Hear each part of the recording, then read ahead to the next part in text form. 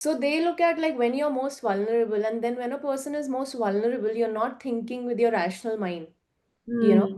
And Yeah. that's exactly when these kind of groups like, come to recruit. And that's Yes. exactly what happened with my parents. I mean, they were at their most vulnerable.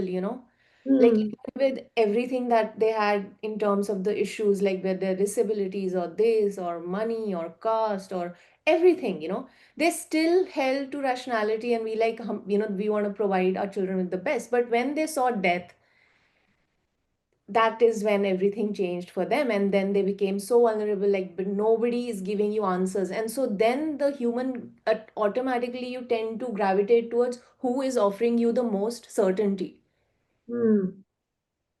In fact, that's an illusion of certainty, right? Nobody Yes. can offer you certainty. It's the illusion of certainty that was sold to them and they bought it, Hmm. you know and then when you are in it, so that's the hook, you know and then Okay. this whole thing of miracle suddenly, and then they're like, oh wow, hum to, we got selected. And then it was a slow process of thought reform.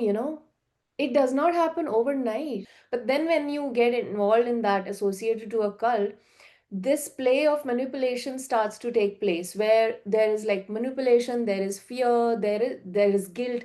There are these elements. In my case, everything got attached to my mother's well-being, that if you don't follow the rules, she will lose her life. If you don't do this, she will lose her life. If you don't do this, you know so many things, right? There's a list of 23 rules if you read the Yeah. book, Yeah. right? I read that. So then you start getting manipulated because you don't want her to die, right? You want her to stay Yeah. alive. And if somebody's offering you that hope, somebody's offering you that 100% certainty that could not offer, right? Because obviously Hmm. practical reasons.